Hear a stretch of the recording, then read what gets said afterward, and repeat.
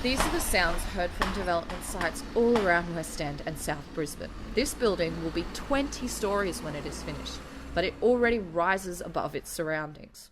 In 2014, the Brisbane City Council approved the new city plan, which has increased the areas set aside for high-density buildings. West End and South Brisbane already have buildings up to 15 stories tall, but now more will be joining them in the race to the sky. Tom Sweet-Kelly, an assistant property valuer working in Brisbane, said the increase in large developments in the area will boost the economy and property market. Property is currently a very popular investment asset. As that population increases, the capability to generate a retail income and build that into a feasible development is going to increase.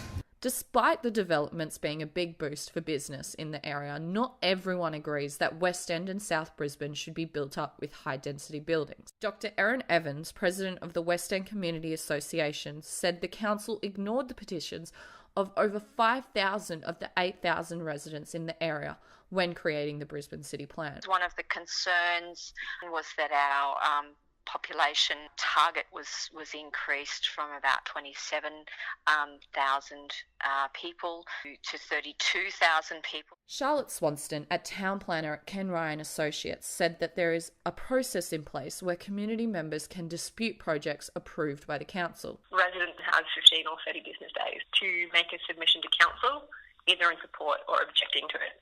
But if they do choose to go ahead and approve it, all of the people who lodged a submission are eligible to lodge an appeal to the Planning Environment Court.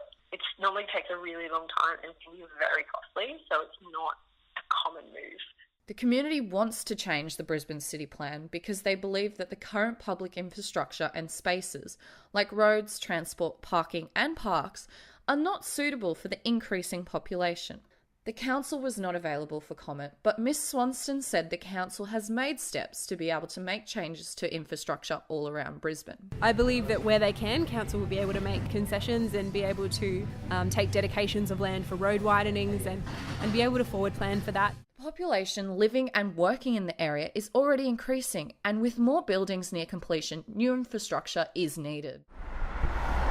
These are the sounds of traffic in the middle of West End, which used to be a quiet suburb that only came alive with weekend market goers. Despite the rising buildings and population, Dr. Evans said that all the community groups are focusing on retaining a sense of community and belonging, as well as welcoming new residents. One of the things that I hear when I go out talking to people is that sense of belonging that they have being in West End, and that's something that, despite the changes, that we really want to maintain and retain. The Brisbane City Council strives for a growing and dynamic city, but also needs to make sure it does not forget the existing residents. Morgana Jones reporting.